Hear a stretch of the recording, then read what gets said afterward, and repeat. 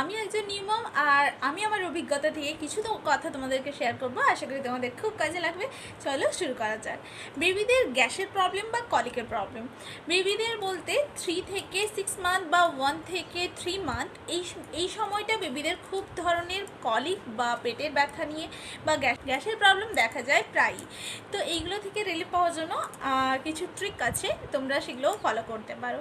তো প্রথমত বলবো যে বেবিকে খাওয়ানোর পর কখনোই ঢেকুর না দিয়ে ঘুম পাড়ানো যাবে না। ঢেকুর মানে বফ যাকে বলা হয়।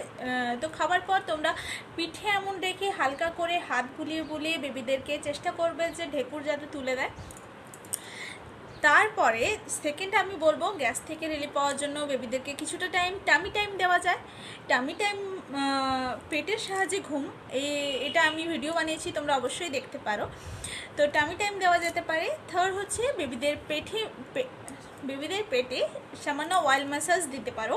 এতে বেবিদের গ্যাস পাস হয়ে যায়, এতে বেবিদের গ্যাস বা কলিকের প্রবলেম থাকে না। এরপরেও যদি বেবিদের গ্যাস হয়ে থাকে, গ্রাইপ ওয়াটার পাওয়া যায়, এটা আমি আমার বেবিকে খুব দিয়েছি, এটা প্রচণ্ড কাজের।